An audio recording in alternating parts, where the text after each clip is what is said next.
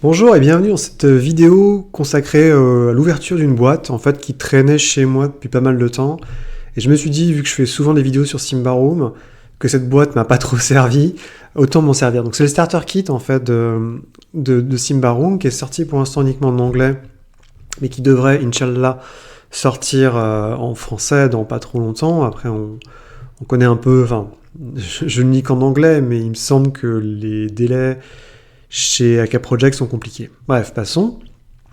Donc c'est une petite boîte qui m'a coûté 30 balles, je crois, si je me rappelle bien. Et en fait, je m'en suis jamais servi parce que j'ai directement enchaîné pour commencer à jouer à Symbaroum sur la campagne du Throne of Thorns, donc du trône d'épines.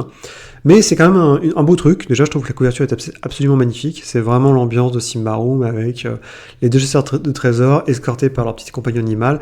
Et derrière, cette espèce de grosse créature, cette pierre totémique qui vient probablement de l'époque des anciens royaumes, donc avant Simba. Par contre, qui me stresse un peu, c'est qu'il a des petites mains, il y a un gros trou, ou c'est son ventre, je sais pas. Ça me fait beaucoup penser au Gotsi, qui était un mime sur internet assez crade. Mais bon, passons.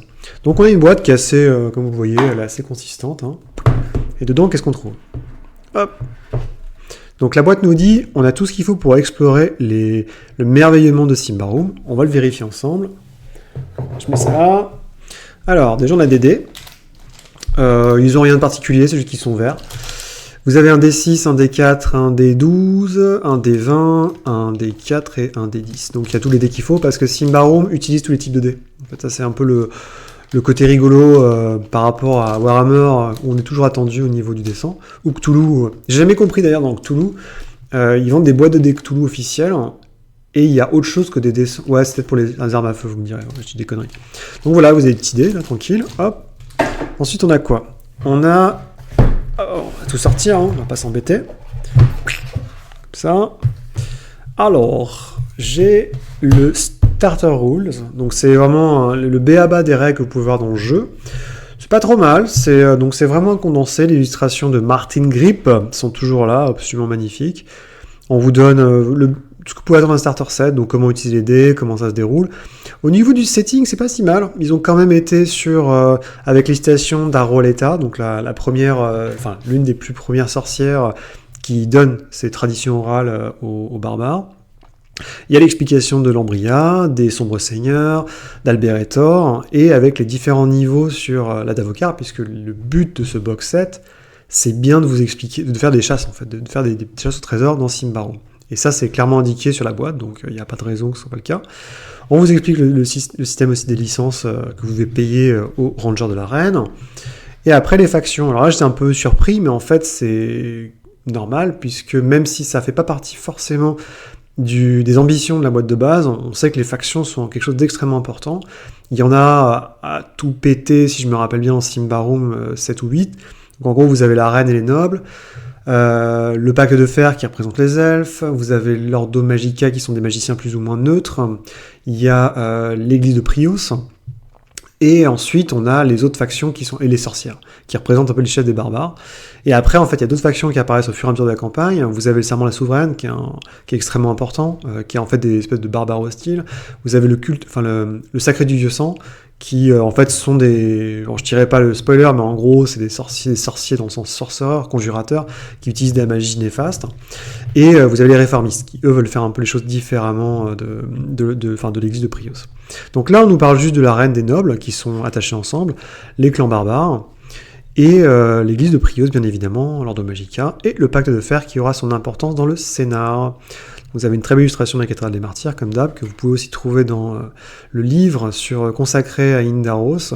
Je vous rappelle que si vous achetez la version Donjons et Dragons V5, qui s'appelle, je crois, Ruins of Symbaroum, ils ont eu l'excellente idée de séparer les bouquins. En fait, vous avez le bouquin de scénario de la campagne, plus un bouquin qui s'appelle The World of Symbaroum, qui regroupe toutes les histoires, tous les trucs de setting propres à...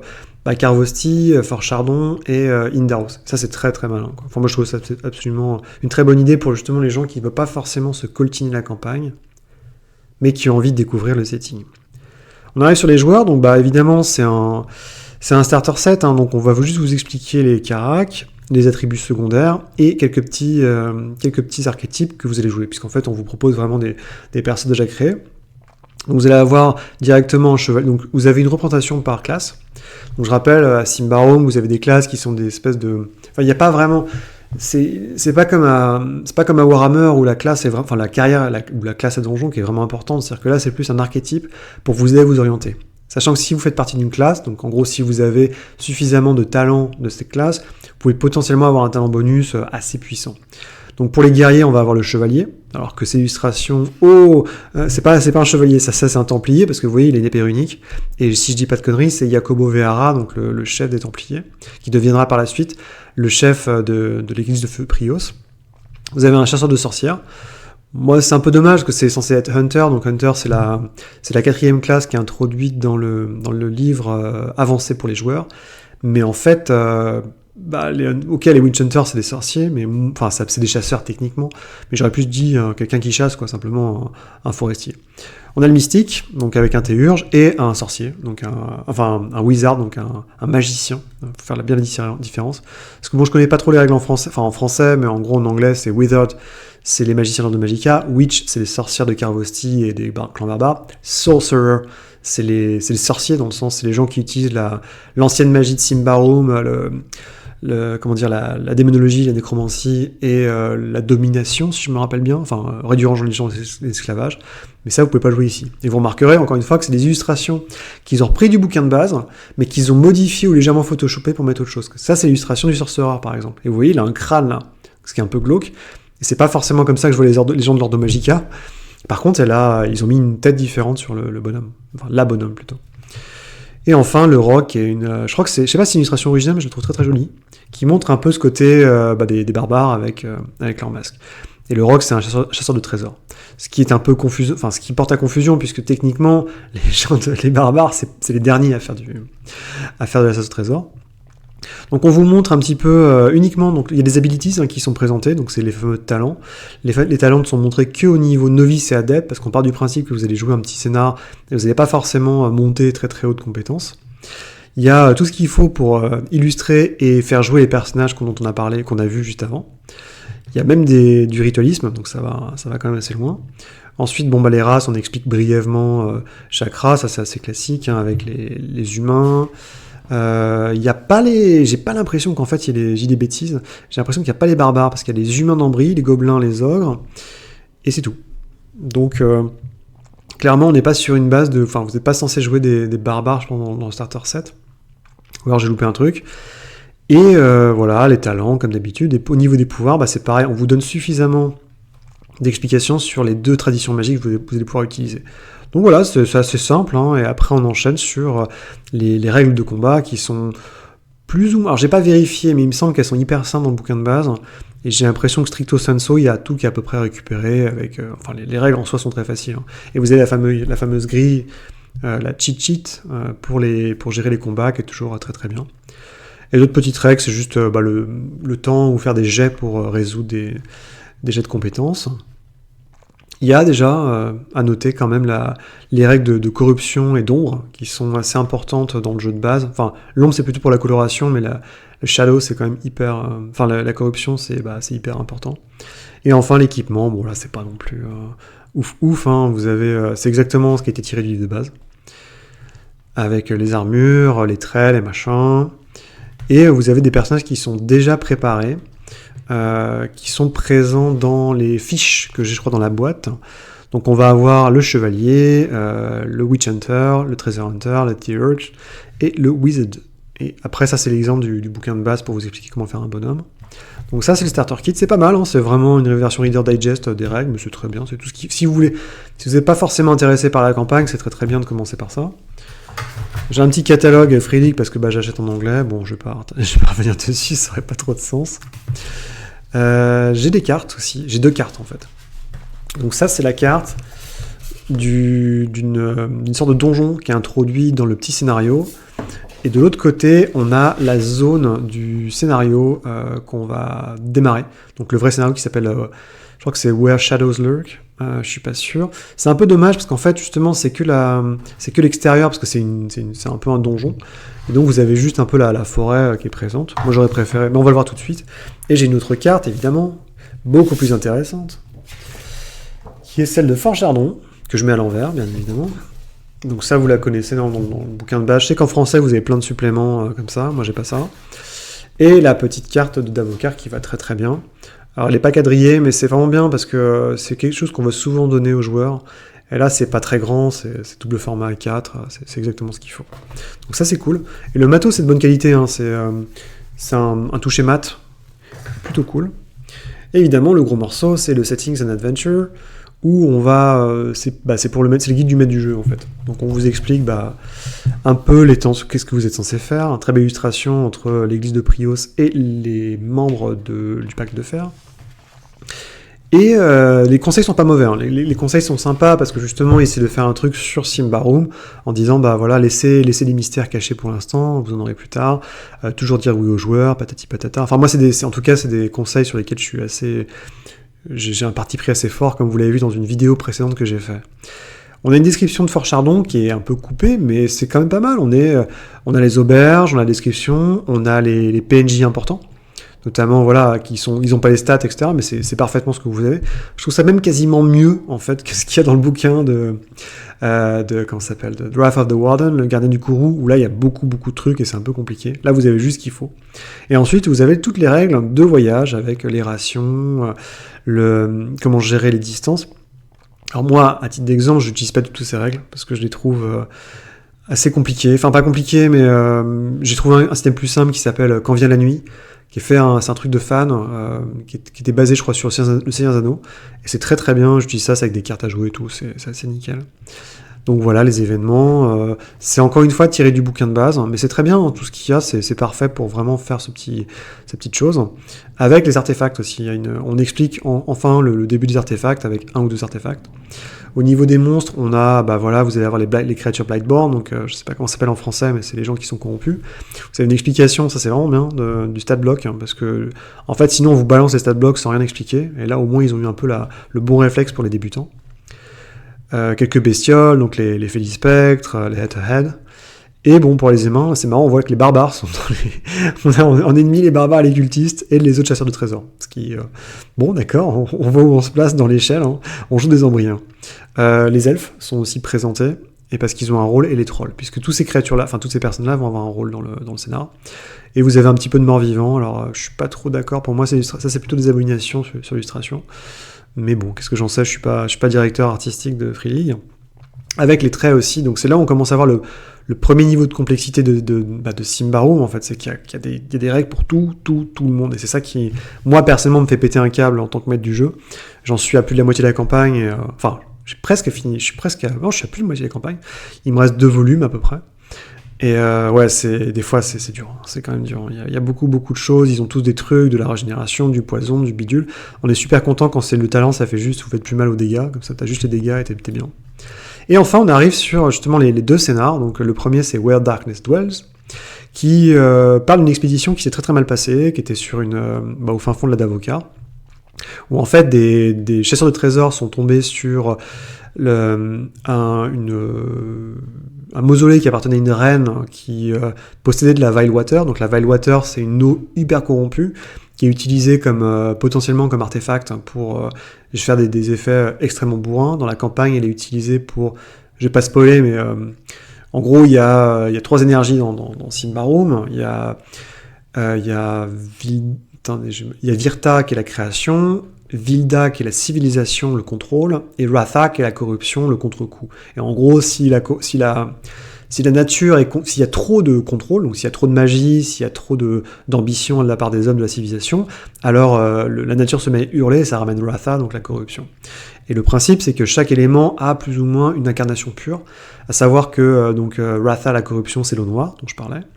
Vilda, Vilda c'est la magie, donc en fait c'est ce qu'on appelle des nodes, qui sont des cristaux magiques qu'on retrouve un peu partout dans le monde et qui sont utilisés, notamment il y en a un immense qui est utilisé pour alimenter le trône d'épines, qui est le cœur de la campagne, et le troisième c'est que je dis pas de bêtises, c'est plus ou moins une magie utilisée par les elfes, quoi, grosso modo. Et donc il y a un PNJ dans la campagne qui veut trouver 3 pouvoirs mystiques comme ça pour faire un grand rituel, pour tricher en fait, parce que dans le principe de Symbaroum, évidemment vous connaissez, le principe c'est que toute magie ou toute action ou tout artefact engendre la corruption, et on peut pas tricher sauf certaines personnes, mais ça c'est un gros spoiler.